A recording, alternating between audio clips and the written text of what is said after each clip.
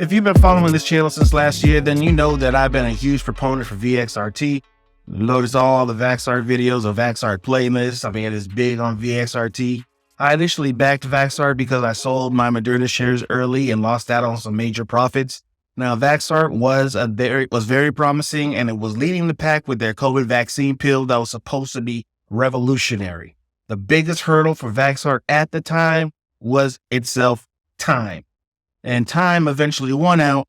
Lockdowns and restrictive COVID protocols around the world eased up. Vaxart was in phase 2 of their clinical trials for the vaccine pill candidate and ready to provide the results of this clinical trial. Now, with COVID not as big a deal as it was back then, what's next for Vaxart? Let's discuss.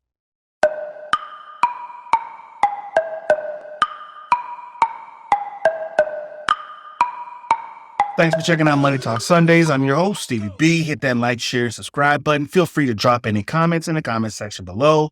Again, take 1 second to hit that like and subscribe button. It'll help the channel out more than you know, and it keeps this movement going. Thanks again. Thanks again. Thanks again. Appreciate it. On to VXRT. Now, I'm big on Vaxart. Big VXRT fan.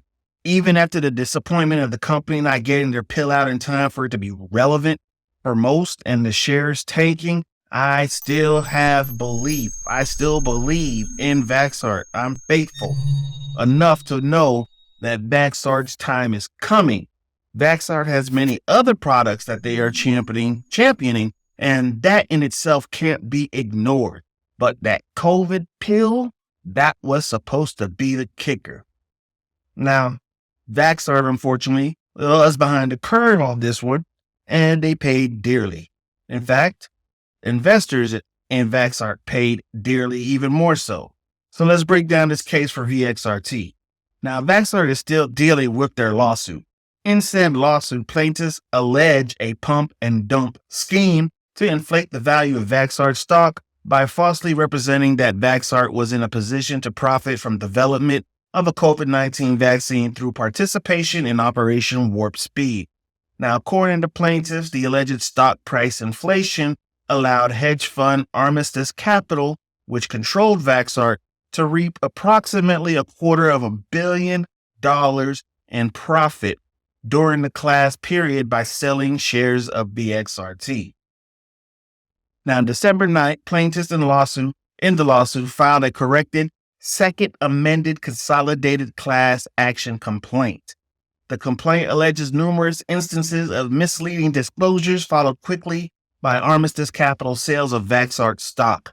The class period runs from June 15, 2020 to August 19, 2020 inclusive, and include a subclass under Section 20A of the Securities Exchange Act comprised of those who purchased or otherwise acquired Vaxart securities contemporaneously with defendants Armistice, Boyd, and Mayer sales of Vaxart securities on or about June 26 and 29 of 2020.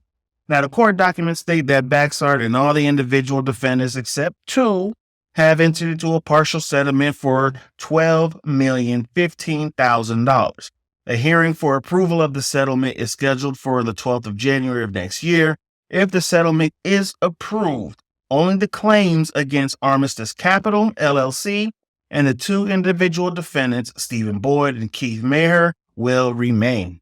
Now, dovetailing with the dates of the subclass is the allegation that on June 26, 2020, defendants delivered the master stroke of their carefully calculated deception to create the pop in the stock price they expected. Specifically, the Armistice defendants caused Vaxart to issue a press release headline. Check this out. Vaxart's COVID-19 vaccine is selected for the U.S. government's Operation Warp Speed. Plaintiffs further allege that the press release also noted that Vaxart has been selected to participate in a non-human primate NHP challenge study organized and funded by Operation Warp Speed, language that was plainly calculated to give the defendants at least some basis to later claim that they had adequately disclosed their selection was only for the NHP study. With that being said, a settlement has been proposed with all the individual defendants except two. While that settlement agreement is pending a judge's approval, there is still a case out there for Vaxart and the proposed pump and dump that transpired to inflate the value of the stock. Now, recently, the company reported their third quarter earnings, and they were less than stellar. Vaxart reported a net loss of $29.3 million, a loss widened by 67% from this same time last year. Additionally, a 23-cent loss per share deteriorated from just a 14-cent loss per share from this same time last year. So what happened with those clinical trials? Well, here's what happened.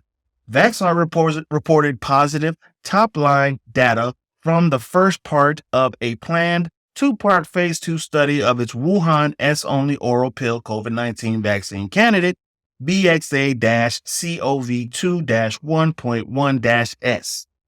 The data demonstrated that the trial met its primary safety and secondary immunogenicity endpoints.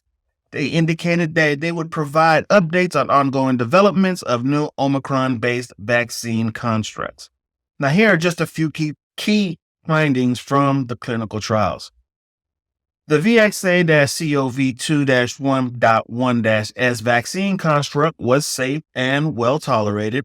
No vaccine-related solicited grade 3 adverse events and no vaccine-related serious adverse events were reported.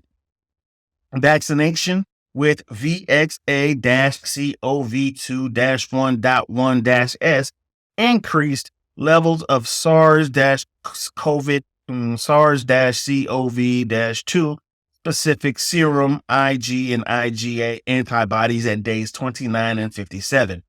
Among 18 to 55-year-old subjects previously vaccinated with mRNA vaccines, the geometric mean titer of SARS-CoV-2 specific serum neutralizing antibodies increased 1.6-fold from 481 AU per milliliter at day 1 to 778 AU per milliliter at day 57. The subjects who had lower starting titers showed greater increases after oral boosting. Now, approximately 50% of all subjects, as well as 50% of subjects that previously received an mRNA vaccine, had at least a 1.5-fold increase in mucosal IgA antibodies. Now, I've lost a couple thousands of dollars on Vaxart. I can admit I should have bailed. I should have bailed on it a long time ago. But the recession caught me off guard. I was banking on a bull run for Vaxart before the market tanked. That being said, though, I still believe in VXRT.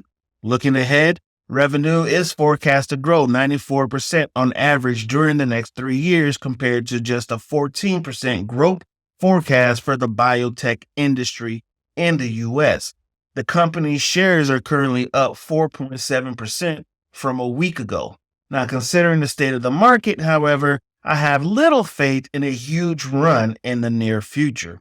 That is both a good and a bad thing.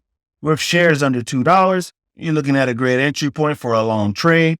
With Vaxart, you'll have to be pretty patient. Every dog has its day, so they say. Vaxart's day is coming. It's just not going to be anytime soon. What do you think about VXRT? Do you see it going past $7 again in the near future? Do you believe history is going to repeat itself and Vaxart will go double digits? Is Vaxart going to release a pill or another medication that's going to drop off in the next, let's say, 6 months that's going to get the stock price to skyrocket? Let me know in the comment section. Go ahead, drop that comment. I'll read it. I promise. And for those, I see you. For those of you who've been commenting on my old Vaxart videos, I see you. Asking me where I'm at, making fun of the Vaxart VXRT. I get it. Like I said, I lost money. I lost thousands of dollars on it. It is what it is. But guess what? Its day is coming. I am still a Vaxart believer. I am right here. You're asking where I'm at? I am right here. Still believing in VXRT. What about you? That's it, folks. VXRT in a nutshell. Thank you for tuning in to Money Talk Sundays. I'm your host, Stevie B. I'm out.